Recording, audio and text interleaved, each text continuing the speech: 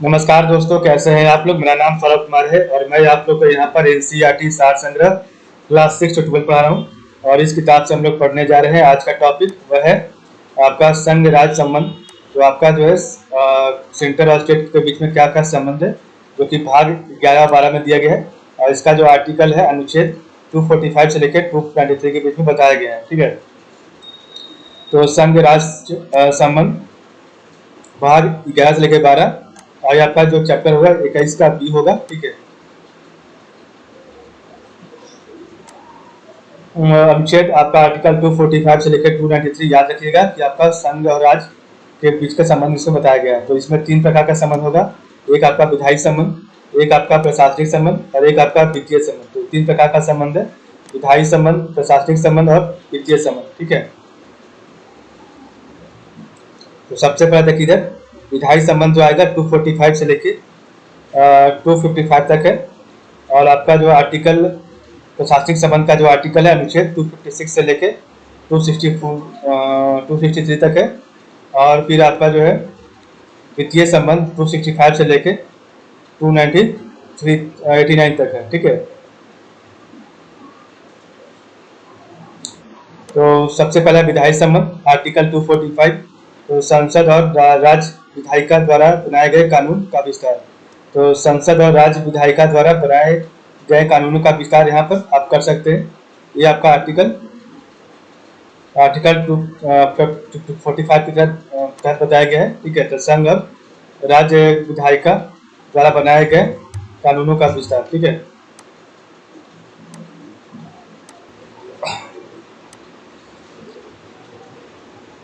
Article 245 क्या कहता है। तो आर्टिकल 245 संसद और राज्य विधायिका द्वारा बनाए गए कानूनों का विस्तार के बारे में बताता है। ठीक है, एक मिनट।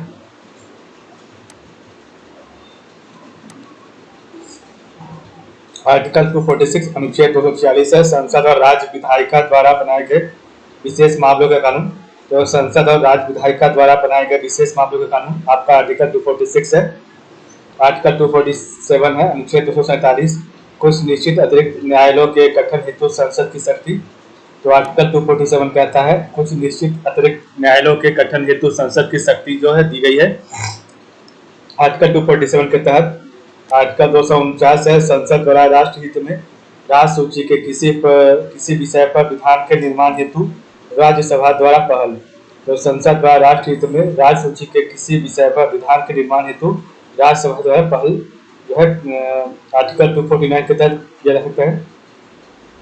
आर्टिकल 250 है, अनुच्छेद 250 आपातकाल के दौरान राज्य सूची के किसी विषय पर विधि निर्माण की संसद को शक्ति दी गई है।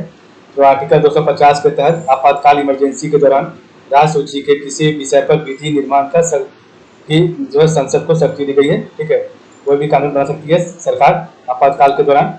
अनुच्छेद 251 आर्टिकल 251 कहता है, अनुच्छेद 249 आर्टिकल 249 और अनुच्छेद 250 आर्टिकल 250 के अधीन संसद द्वारा निर्मित विधि के असंगत होने की स्थिति में राज्य विधि पर वरीयता। ठीक है, तो आपका जो भी आर्टिकल जो है 249 और 250 में बताया गया है उसके अधीन संसद द्वारा निर्मित विधि के असंगत, तो जो भी संसद जो है कानून बनाया उसका जो है काम वहाँ पर नहीं चल रहा है, वो वहाँ पर जो कानून है वो सही ढंग से वर्क नहीं कर रहा है, तो उसकी स्थिति में राज्य विधि पर वरीयता मिलेगी। तो उसके स्थिति में जो भी राज्य सरकार कानून बनाएगी वो ज़्यादा वरीयता प्राप्त, ज़्यादा वो आपका कारगर होगा या ज़्यादा उसको वैल्यू मिलेगा। ठीक है, तो अनुच्छेद 251 क्या कह रहा था, अनुच्छेद 249 और अनुच्छेद 250 का अधीन संसद द्वारा निर्मित विधि के असंगत होने की स्थिति में राज्य विधि पर वरीयता। अनुच्छेद 252 है, आर्टिकल 252 जो है 2 या 2 से अधिक राज्यों के लिए उनकी सहमति से विधि बनाने की संसद की शक्ति और उस विधि को किसी अन्य राज्य द्वारा अंगीकार किया जाना। तो अनुच्छेद 252 है, 2 या 2 से अधिक राज्यों के लिए उनकी सहमति से विधि बनाने की संसद की शक्ति और उस विधि को किसी अन्य राज्य द्वारा अंगीकार किया जाना। ठीक है, तो ये आपका है टोटल। तो अनुच्छेद 252 2 या 2 से अधिक राज्यों के लिए उनकी सहमति से विधि बनाने की संसद को शक्ति और उस विधि को किसी अन्य राज्य द्वारा अंगीकार किया जाना। ठीक है, समझे। मतलब कि दो राज्यों का साथ में मिलकर एक कानून बनाएगा और तीसरा राज्य इसका जो है इसको पालन करेगा। ठीक है। आर्टिकल 253 क्या कहता है, अनुच्छेद 253, तो अंतर्राष्ट्रीय करारों इंटरनेशनल एग्रीमेंट को प्रभावी बनाने के लिए विधान निर्मित करने की संसद को शक्ति। तो अंतर्राष्ट्रीय करारों को प्रभावी बनाने के लिए विधान निर्मित करने की संसद को शक्ति दी गई है। ठीक है। इंटरनेशनल आपका जो है एग्रीमेंट करने के लिए यहाँ पर जो है संसद को यहाँ पर मिला है पावर।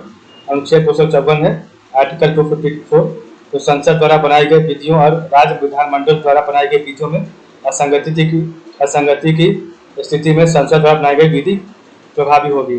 तो यहाँ पर कह रहा है कि अगर संसद द्वारा बनाई गई विधियाँ, जो भी आपका कानून है या जो भी लॉ वगैरह और राज्य विधानमंडल द्वारा बनाई गई विधियाँ, अगर राज्य सरकार द्वारा राज्य विधानमंडल के द्वारा कोई भी आपका कानून बनाया गया है तो अगर दोनों में अगर अंतर हो, ठीक है, दोनों में अगर मेल नहीं हो खा रहा है, तो उस स्थिति में आपका जो संसद के द्वारा जो बनाई गई जो कानून होगा वो प्रभावी यहाँ पर होगा। ठीक है। तो आर्टिकल 254 है, संसद द्वारा बनाई गई विधियों और राज्य विधानमंडल द्वारा बनाई गई विधियों में असंगति की स्थिति में संसद द्वारा बनाई गई विधि प्रभावी होगा। आर्टिकल 255 है, अनुच्छेद 255, सिफारिशों और पूर्व मंजूरी के बारे में अपेक्षाओं के केवल प्रक्रिया का विषय मानना और इस आधार पर इसे खारिज न करना।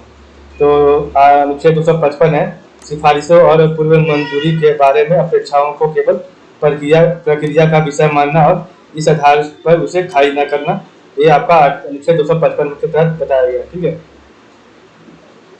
अब हम पढ़ेंगे प्रशासनिक संबंध। तो आपका प्रशासनिक संबंध क्या क्या है, तो ये आपका आर्टिकल अनुच्छेद 256 से स्टार्ट होगा।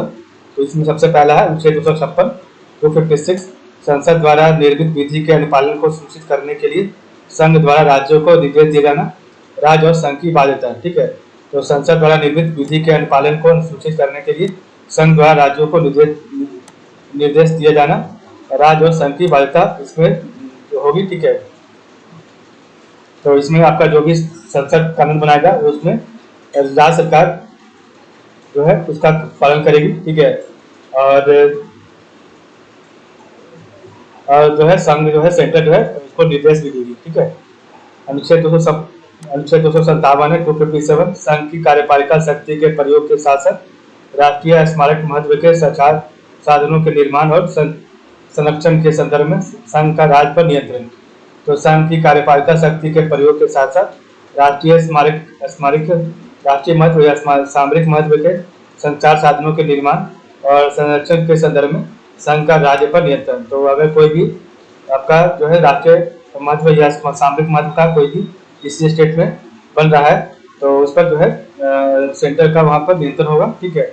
सेंट्रल गवर्नमेंट वहाँ पावर कम होगा। ठीक है। उस चीज़ को संभालने के लिए अगर उस चीज़ को देखने के लिए। ठीक है। आर्टिकल 258 है, अनुच्छेद 258, कुछ मामलों में संघ द्वारा राज्यों को शक्ति प्रदान करने का संघ का अधिकार है। तो कुछ मामलों में संघ द्वारा राज्यों को शक्ति प्रदान करने का संघ का अधिकार है। तो अगर कुछ ऐसा मामला है, जो कोई ऐसा बिल है या कोई ऐसा महत्व है राष्ट्रीय महत्व का या कुछ भी, तो उसमें जो है केंद्र सरकार, ठीक है, केंद्र सरकार राज्य सरकार को शक्ति प्रदान कर सकती है, क्योंकि अपना पावर कुछ दे सकती है तो उस मामले में काम करने के लिए। ठीक है। तो अनुच्छेद 258 है, कुछ मामलों में संघ द्वारा राज्यों को शक्ति प्रदान करने का संघ का अधिकार है। अनुच्छेद 258 का क्या है, आर्टिकल 258 का क्या कहता है, तो राज्य द्वारा केंद्र को कार्य सौंपने की शक्ति। तो राज्य द्वारा केंद्र को कार्य सौंपने की शक्ति इसमें दी गई है। मतलब कि राज्य सरकार खुद ही जो है केंद्र को कुछ भी काम दे सकता है। ठीक है। मान सपोज कोई अगर आपका कहीं कोई बड़ा कांड हुआ है जिसका अगर स्टेट गवर्नमेंट अगर सही ढंग से काम नहीं करी है, स्टेट में सही ढंग से नहीं काम करती है, तो उस समय आपका CBI सेंट्रल ब्यूरो जो इन्वेस्टिगेशन टीम आके काम करेगी। ठीक है। अगर राज्य सरकार चाहेगी तो। ठीक है। तो राज्य द्वारा केंद्र को कार्य सौंपने की शक्ति है। 258 का कानून आर्टिकल अनुच्छेद 260 है, आर्टिकल 260, भारत से बाहर के क्षेत्रों के संबंध में संघ के अधिकार। तो भारत से बाहर के क्षेत्रों के संबंध में संघ का अधिकार, तो आपका भारत से बाहर जो भी आपका ओशियन है या फिर का कोई दूसरा देश है तो वहाँ पर संघ का अधिकार ही मान्य होगा। ठीक है। अनुच्छेद 261 है आपका, आर्टिकल 261। तो सार्वजनिक कार्य अभिलेख और न्यायिक कार्यवाही, तो सार्वजनिक कार्य अभिलेख और न्यायिक कार्यवाही, ठीक है। तो ये आपका जो आएगा, ये आपका प्रशासनिक संबंध है, ठीक है। तो सार्वजनिक कार्य अभिलेख और न्यायिक कार्यवाही आर्टिकल 251। अनुच्छेद 262 है, अंतर्राज्यीय नदी जल विवादों के हल के लिए न्यायाधिकरण का गठन। तो आपका जो है इंटर स्टेट जो भी रिवर डिस्प्यूट है, जो भी नदी का जो बंटवारे का, जो नदी का जो भी आपका लड़ाई चल रहा हो, तो उसका जल विवादों का हल कैसे किया जाए, उसको कैसे न्याय दिलाया जाए, तो वो आपका आर्टिकल 262 के तहत इसमें बताया गया है। तो अंतर्राज्यीय नदी जल विवादों के हल के लिए न्यायाधिकरण का गठन किया गया है। अनुच्छेद 263 है, अंतर्राज्यीय परिषद का गठन। तो आर्टिकल 263 है, अंतर्राज्यीय परिषद का गठन, ठीक है। एक इंटर काउंसिल स्टेट का गठन किया जाएगा, ये आपका आर्टिकल 263 में कहा गया है। अब हम पढ़ेंगे वित्तीय संबंध कैसा होगा। पहले हमने पढ़ा विधायिक संबंध, अब हम उसके बाद हमने पढ़ा प्रशासनिक संबंध, अब हम पढ़ेंगे वित्तीय संबंध, फाइनेंशियल आपका relation between states and centre. तो आपका फाइनेंशियल रिलेशन स्टेट और सेंटर के बीच में कैसा होगा, हाउ इट विल वर्क। तो आपका यहाँ पर आर्टिकल यहाँ बताया गया, ठीक है। तो सबसे पहला आर्टिकल है आर्टिकल नंबर 265, विधि के प्राधिकार के बिना करों का आरोपण नहीं। तो विधि के प्राधिकार के बिना करों का आरोपण नहीं होगा, बिना कानून बनाए कोई भी टैक्स नहीं लगाया जाएगा, ये आपका आर्टिकल 265 के तहत कहा गया है। तो विधि के प्राधिकार, विधि कानून के बनने के बिना करों का आरोपण, टैक्स का आरोपण नहीं होगा, ठीक है। आर्टिकल 266 है, अनुच्छेद 266, भारत और राज्यों की संचित निधियां और लोक लेखा। तो भारत और राज्यों की संचित निधियां और लोक लेखा, तो आर्टिकल 266 में बताया गया है। तो भारत और राज्यों की संचित निधियां और लोक लेखा कैसी क्या होगी, कैसे होगी, ठीक है। आर्टिकल 267 है, आकस्मिकता निधि, तो मतलब कि इमरजेंसी फंड। इमरजेंसी फंड में आपका सेंट्रल बजट कैसे काम करेगा, उसका इसमें बताया गया है आर्टिकल 267 में। आर्टिकल 266 में था संचित निधियां और लोक लेखा। आर्टिकल 268 है, केंद्र द्वारा लगाए गए परंतु राज्यों द्वारा एकत्रित एवं विनियोगित कर। तो केंद्र के द्वारा सरकार जो है टैक्स जो है लगाया गया, लेकिन राज्यों के द्वारा जो है उसको लिया जाता है और उसको नियोजित किया जाता है, ठीक है।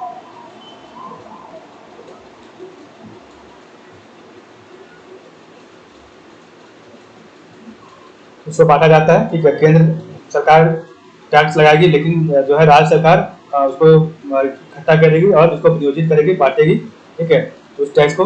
ये आपका आर्टिकल 268 के तहत बताया गया है। नेक्स्ट आपका आर्टिकल नंबर 270, तो संघ द्वारा लगाए गए और संग्रहित किंतु संघ राज्य के बीच वितरित किए जाने वाले कर। तो संघ के द्वारा ही इसमें टैक्स लगाया गया है और उसके द्वारा ही इसको इकट्ठा या एकत्रित किया गया है या संग्रहित किया गया है, किंतु संघ राज्य के बीच वितरित किए जाने वाले कर। लेकिन ये जो है आपका दोनों के बीच, सेंटर और स्टेट दोनों के बीच जो है टैक्स जो भी अनुपात, जो भी रेशो में उसको बांटने का है, ठीक है। ये आपका आर्टिकल 270 के तहत बताया गया है। आर्टिकल नंबर 271 है, कुछ निश्चित चूंकि व कर पर केंद्र द्वारा लगाया गया अतिरिक्त प्रभार। तो कुछ निश्चित चुंगी पर, निश्चित चुंगी या निश्चित कर पर, निश्चित टैक्स पर केंद्र द्वारा लगाया गया अतिरिक्त प्रभार। तो कुछ एक्स्ट्रा आपका जो है शेष या आपका जो एक्स्ट्रा जो भी अतिरिक्त जो है टैक्स आपका केंद्र सरकार द्वारा लगाया गया है, ये आपका आर्टिकल नंबर 271 के तहत बताया गया है, ठीक है। तो कुछ निश्चित टैक्स पर केंद्र द्वारा, सेंटर द्वारा लगाया गया अतिरिक्त प्रभार, मतलब कि अतिरिक्त टैक्स आपको देना पड़ेगा जो भी है। अनुच्छेद नंबर आर्टिकल नंबर 274, तो जिस प्रकार अभी कोरोना में आपका जो है रेलवे प्लेटफॉर्म का या फिर आने जाने के लिए आपको कुछ अतिरिक्त टैक्स देना पड़ रहा था, ठीक है, तो वो आपका सरकार, केंद्र सरकार के द्वारा ही किया जाता है।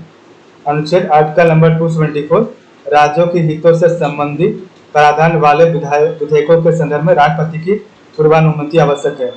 तो राज्यों के हितों से संबंधित प्रावधान वाले विधेयकों के संदर्भ में राष्ट्रपति की पूर्वानुमति आवश्यक है। तो अगर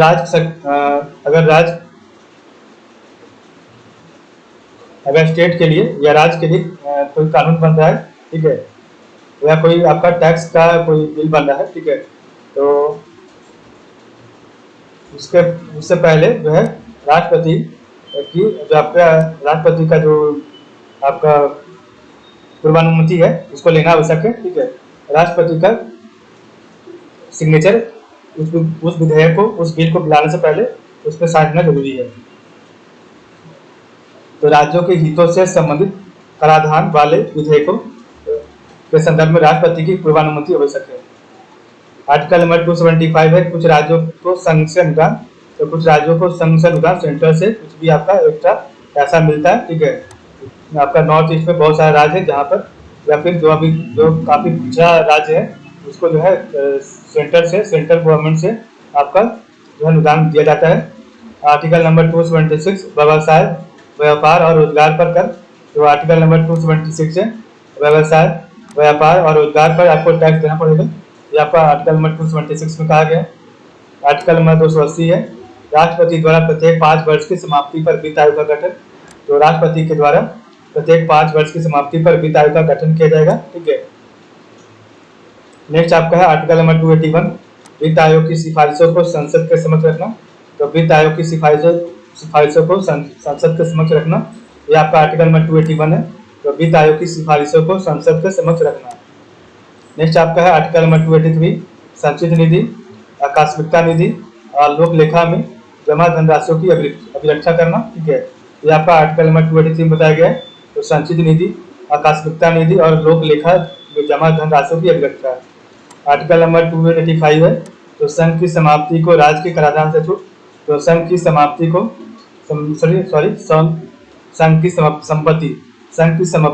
संपत्ति को राज्य के कराधान से छूट दी गई है। ठीक है, जो भी आपका सेंटर का आपका संपत्ति होगा, प्रॉपर्टी होगा, तो उसको राज्य सरकार के टैक्स से उसको जो है छूट मिलेगी। ठीक है, राज्य सरकार उस पर टैक्स नहीं लगा सकती है, ये आपका आर्टिकल नंबर 285 में कहा गया है। तो आर्टिकल नंबर 285 क्या है, तो संघ की संपत्ति को राज्य के कराधान से छूट मिलेगी। आर्टिकल नंबर 286 है, वस्तुओं की बिक्री पर कर के अधिरोपण के विषय में निर्वर्तन, तो वस्तुओं की बिक्री पर कर के अधिरोपण के विषय में निर्वर्तन। ठीक है, तो जो कोई भी आपका सामान अगर सेल करने के लिए, बेचने के लिए है, तो उस पर और भी एक्स्ट्रा जो है टैक्स लगाने का उसमें उससे छूट मिलेगी आपको। ठीक है, तो वस्तुओं की बिक्री पर कर के अधिरोपण के विषय में जो है निर्वर्तन, यहाँ से आपको कुछ छूट मिलेगी। आर्टिकल नंबर 27 है, विद्युत पर करों से छूट, तो विद्युत पर करों से छूट मिलेगी, मतलब कि बिजली से विद्युत पर करों से छूट मिलेगी आपको। ठीक है, बिजली से आपको जो है टैक्स की छूट मिलेगी। ठीक है,